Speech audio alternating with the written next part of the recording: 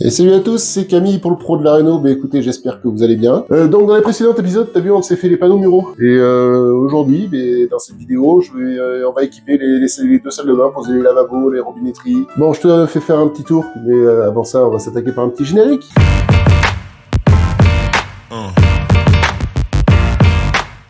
Donc, mes petits bricolos, où est-ce qu'on en est? On avait fait la douche, tu vois, donc aujourd'hui, ce qu'on va faire, on va poser la robinetterie de la douche, poser le meuble de salle de bain. Ça, c'est un meuble de salle de bain en 60, c'est le client qui fournit tout le matériel ici. C'est un meuble suspendu. Alors, la contrainte que j'ai ici, c'est que les clients, quand ils ont fait la plâtrerie, parce que c'est eux qui ont fait le placo, moi j'ai juste fait ce petit retour ici pour des raisons techniques, je t'ai déjà expliqué dans les précédentes vidéos pourquoi. Ils m'ont pas fait de renfort en bois derrière, je pense que, alors déjà, peut-être qu'ils ne le savaient pas que les meubles suspendus nécessitaient des renforts. Après, c'est un petit meuble en 60, il est pas très lourd. Donc, on va quand même réussir à fixer ça. Je vais te montrer comment je le fixe de façon à ce que ça tienne. Donc, je suis allé chercher des fixations au camion et tout, ce qui va bien. Parce que j'ai pas retrouvé les fixations qu'il y avait avec le meuble. Je me rappelle pas quand on l'a monté s'il y en avait. Donc, avant de déterminer la hauteur, alors le client, il avait dit 90. Tu vois, le meuble, il n'y a pas de hauteur particulière. Je sais que pour les normes PMR de mémoire, le minimum, c'est 85, le dessus du plan.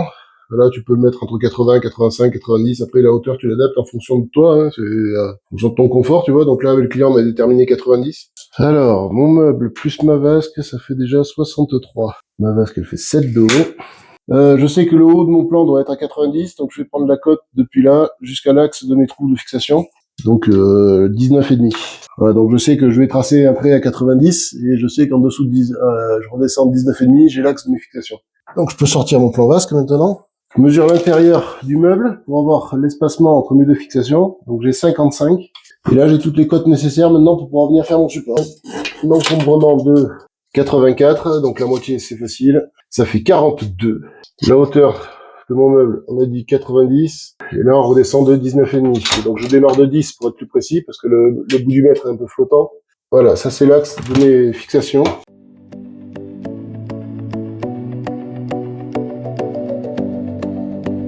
Donc je sais que mon trait, c'est le bord de ma fixation, pour le bord du meuble. Donc le bord de ma fixation à gauche, et de l'autre côté, c'est le bord de ma fixation à droite. Donc là, je viens tracer mes percements. C'est des trous oblongs, tu vois, des lumières, donc je peux toujours jouer comme ça avec mes fixations. Si jamais mon anthrax n'est pas correct. Donc ce que je vais faire d'abord un petit trou, pour la simple et bonne raison que si jamais j'ai un rail derrière, là j'ai pas fait un gros trou. Là, c'est une bonne nouvelle, j'ai un rail, je vais pouvoir visser mon meuble directement dans la structure. Donc là, moi, je suis sûr et certain qu'il n'y aura pas de problème. Donc ensuite, on va y mettre ça, les chevilles mollies, mais par contre, c'est les chevilles mollies balèzes. Je crois que ça tient quelque chose comme 40 kg en cisaillement, en arrachement, je veux dire. Donc on fait attention à mettre la fixation bien au bord du meuble. Donc là, je te garantis, 2 vis à placo prises sur la structure, plus la cheville mollie, jamais ça bouge. Voilà, ensuite on va préparer l'évacuation. Donc là c'est du PVC de 40, donc j'ai mis une réduction. L'évacuation le vasque c'est du 32. Je laisse comme ça et après depuis l'intérieur du meuble ou par-dessous, je ferai ce que je veux. Je vais pas faire remonter mon tuyau qui va me gêner là. Donc maintenant on accroche le meuble. Donc voilà le meuble. Sur le meuble on va desserrer les fixations. Ici de façon à faire ressortir le crochet du meuble pour pouvoir venir le tendre.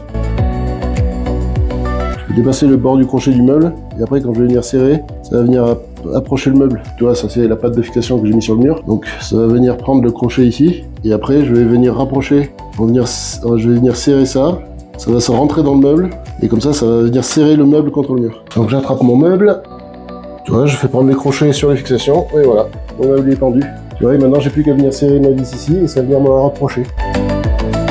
Petit niveau, là tu vois, il faut qu'il descende à droite ou qui monte à gauche. Donc les vis pour régler le niveau c'est ça. Et là tu vois ma bulle elle va venir se mettre là où il y a besoin. Voilà, pile de niveau. Et donc maintenant je peux venir serrer, venir fixer mon meuble complètement. Maintenant il n'y a plus qu'à y mettre le plan vasque dessus, le raccorder, remettre les tiroirs et c'est fini. Donc je le présente. Clac clac. Je vais mettre un cordon de silicone derrière, le plaquer contre, que ça le tienne sur le meuble, que en mettant un pet ou quoi, il bouge pas. Donc j'ai mis un cordon de silicone, j'ai resserré mon robinet. Donc là je viens le plaquer contre le mur. Voilà. Voilà, donc écoute, ce qu'il nous reste à faire maintenant, c'est le raccorder. Tu vois, faut brancher les petits flexibles sur les petites vannes. Donc tu vois, ceux-là, ils ont des liserés, comme je te disais tout à l'heure. Tu vois, un liseré rouge, un liseré bleu. Comme ça, tu peux pas te tromper. Tu sais que l'eau chaude, ben t'arrives, tu le prends, ben crac, tu le branches sur l'eau chaude. Voilà. Alors, le seul truc que là, j'ai viens de voir, c'est que ce meuble, il y a un problème. Je crois que le meuble, il y a un problème, ou alors on n'a pas su le monter correctement. Pourtant, on a suivi toute la notice. C'est que je crois que j'ai le derrière devant et le devant derrière. C'est pas possible, parce que... Ah non, c'est pas possible. Regarde le problème que j'ai. C'est que derrière, là, j'ai un renfort qui est contre le mur. Donc je peux pas passer mon évacuation. J'ai les tiroirs qui vont complètement au fond. Là, on dirait que j'ai une garde technique. Mais en fait, c'est pas le cas parce que les tiroirs viennent s'encastrer là-dedans. Et puis, dans tous les cas, si c'était l'arrière, mes fixations ici se retrouveraient ici. Là, je sais pas comment faire, là. Je vais mettre le tiroir du bas, je vais regarder ce que ça donne. Là, je sais pas, là. Bon, mes petits bricolos, j'ai réussi à me sortir un peu de la galère. J'ai présenté le tiroir, j'ai regardé un petit peu. Donc le meuble était bien monté, c'est comme ça que ça se monte. De toute façon, il n'y avait pas d'autre solution, j'ai beau y réfléchir 25 fois. Tu vois, j'ai percé la tablette, et en fait, le tiroir va pas jusqu'au fond, va buter contre la tablette. Donc, bah, écoute, c'est nickel, j'ai percé, j'ai passé mon PVC à travers. Donc il me reste plus qu'à venir brancher ma vidange, tu vois, là-dessus. Je vais te présenter le siphon que je vais utiliser ici. Donc le siphon, c'est celui-là, c'est la marque, c'est Wirkin. C'est un siphon qui a la particularité, tu vois, donc de faire siphon comme tous les autres. Mais en plus, il a ici un clapet, tu sais, de ventilation pour faire une décompression, pour éviter que tes siphons ne se vident par décompression. Alors je vais t'expliquer ça, je vais prendre 5 minutes. Le siphon, il va faire office de ça et je vais t'expliquer ce que c'est une décompression ou une ventilation primaire, comme tu veux. Ça, c'est ta baignoire. Mettons, tu vois, là ici, on va dire... on va faire un carré, on va pas s'emmerder, on va marquer WC. Et là, après, on va faire un autre carré, on va marquer lavabo. Tout ça, c'est branché, tu vois, t'as ton tuyau d'évacuation, qui est comme ça, ok. Donc là, t'as ta baignoire, qui vient se reprendre sur l'évacuation, ton WC et ton lavabo. Ok, puis là, après, on va dire que t'as un bouchon de visite. Qu'est-ce qui se passe quand tu mets ton, là, ici, t'es à l'étage, ta dalle béton de l'étage, et là, t'as ton tuyau qui est en rez-de-chaussée, dans ta dalle du rez-de-chaussée, et à l'étage, t'as une salle de bain avec une baignoire, un WC, un lavabo. Et une douche. Ces douches, et pareil, ça c'est branché sur ton évac. Ce qui se passe quand tu vas tirer la chasse de ton WC. Donc l'eau va se barrer, elle va aller dans ton PVC et se barrer à l'égout. T'as ta salle de bain à l'étage. Ce qui va se passer quand tu vas tirer la chasse de ton WC ou que tu vas vider ta baignoire qui est pleine, ça va te faire un gros débit d'eau qui va s'évacuer d'un coup. Et ce qui va se passer, c'est que ça va remplir entièrement ton tuyau d'évacuation en bas. Donc, pour que tu évacues de l'eau, tu sais, c'est comme quand tu vides une bouteille ou, tu sais, c'est les gélules que t'avais là quand t'étais gosse, tu sais, qui étaient en verre où tu cassais les deux bouts. Tu sais, tu casses qu'un bout, tu pouvais retourner la gélule, ça s'écoulait pas. Il fallait que tu casses l'autre bout pour que l'air rentre, pour que l'eau puisse se barrer. Et bien là, c'est exactement le même principe. Quand ton tuyau va être plein, pour que ton eau s'évacue, elle va vouloir prendre de l'air. Donc, qu'est-ce qu'elle va faire? Eh bien, elle va aspirer l'eau qu'il y a dans ton siphon de douche ou de lavabo pour venir se récupérer de l'air pour que l'eau puisse dégager. Et donc, du coup, ta douche, le siphon de ta douche et ou de ton lavabo va être vide et tu vas avoir des odeurs, en fait. Donc, ce qui se passe, ce qu'on fait, surtout dans les maisons à l'étage, mais ça marche aussi, c'est valable aussi en rez-de-chaussée, c'est qu'on vient sur ton tuyau d'évacuation de sang, on fait remonter un tuyau en sang qu'on vient mettre dans les combles et qui vient dépasser sur le toit avec une tuile à douille, une sortie en toiture comme ça. Comme ça, quand tu viens tirer ton WC ou te vider ta baignoire, et bien au lieu d'aspirer l'eau de tes siphons et venir se chercher de l'air par là, ça prendra l'air ici. Donc là, quand t'as pas la possibilité de faire remonter ce tuyau dans ton toit, il existe des clapets anti-vide. Je crois que t'as vu sur la vidéo 1, là où je fais les évacuations, j'en ai installé un. Et ce siphon, il fait exactement la même chose, tu vois. Et dedans, il y a un clapet intégré. Donc les ventilations primaires ou décompression ou les mises en place de soupapes anti-vide, c'est hyper important. C'était la petite parenthèse technique sur les soupapes anti-vide et tout ça. Et donc ce siphon, il fait les deux. Il fait soupape anti-vide et siphon. Bon, ça y est, j'ai tout branché. Voilà, tout nickel. Donc après, il y aura les tiroirs. C'est important de faire le retour ici comme ça, là, comme j'ai fait. Parce que le tiroir, tu sais, il a un encastrement pour le siphon. Donc si tu mets ton tuyau en travers, le tiroir va buter dedans. Je range tout mon bazar, je pose les deux tiroirs et puis je te montre ce que ça donne. Donc voilà, tu vois, c'est assorti un peu avec les panneaux muraux, donc ça fait sympa. Alors après au-dessus, je ferai une crédence. Je vais mettre du carrelage noir, tu vois, au sol, il est gris clair. Et il va être un peu couleur Weddy, là. Comme ça, là, je vais faire le tour du Weddy avec et la crédence du meuble. Voilà, et après, ils essaieront de caler un miroir peut-être sur le pan coupé. Tu vois, ça laisse quand même de la place, genre une vingtaine de centimètres ici, là, entre la paroi de douche qu'il va y avoir tu vois, et comme ça, pour l'entretien, pour nettoyer la paroi et tout, ce sera nickel. Donc là, ce qu'on va faire, je vais préparer les affaires, et on va se mettre le mitigeur de douche avec la barre. Voilà, donc on va commencer par le mitigeur de douche. Donc je vais le déballer. Dans le carton, qu'est-ce que tu as?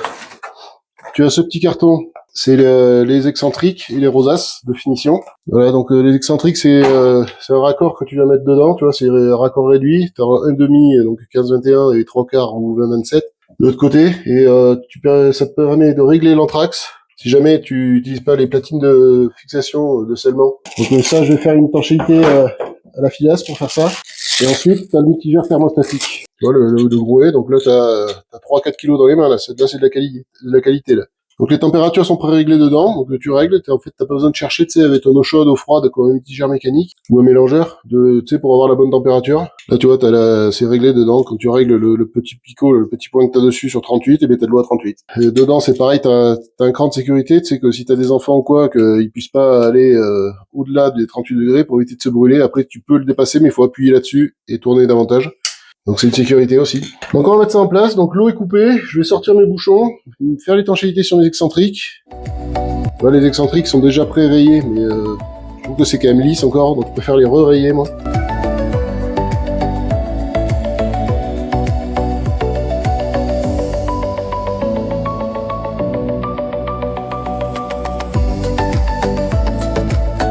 Alors par habitude, je les oriente vers le haut. Une chose à vérifier aussi, c'est la profondeur, que t'es les deux pareils, sinon ton mitigeur il va se trouver comme ça.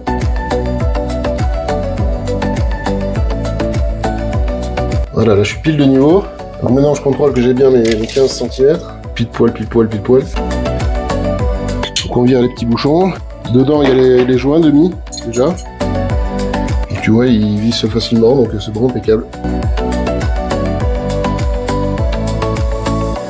Donc là maintenant on va faire l'étanchéité ici, tu vois, pour pas que l'eau vienne rentrer dedans, donc ça faut blinder de silicone.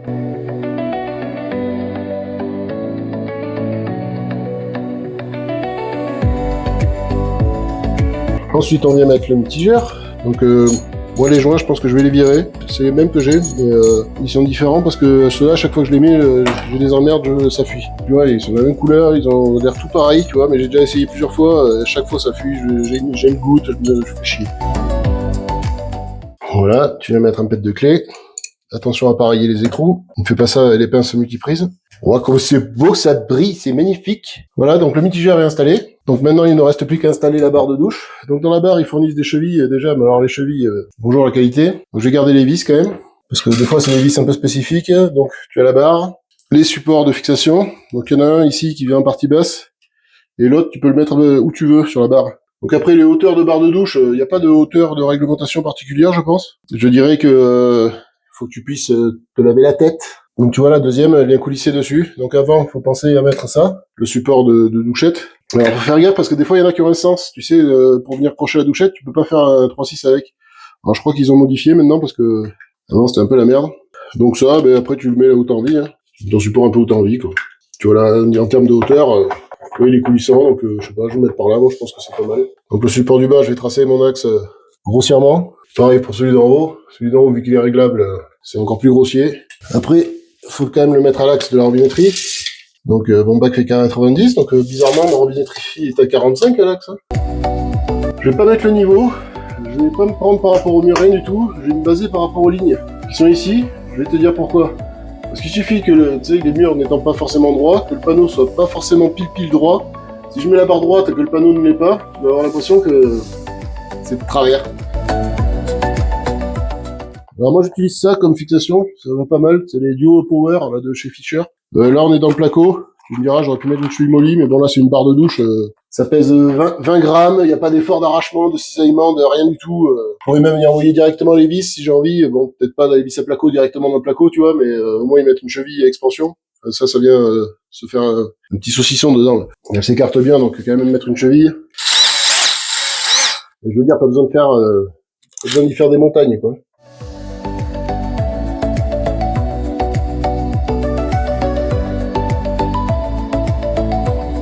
Tu vois, c'est un papier, tu ne tambourines pas de carrelage ou pas de mural directement avec le marteau. Hein. Finalement, même si t'as un maillet, c'est parfait, quoi. Un point de silicone toujours, parce que t'as fait un trou, faut étancher. Donc d'abord, faut fixer la patte du haut. Donc on passe la fixation avant, ça ne veut pas avoir.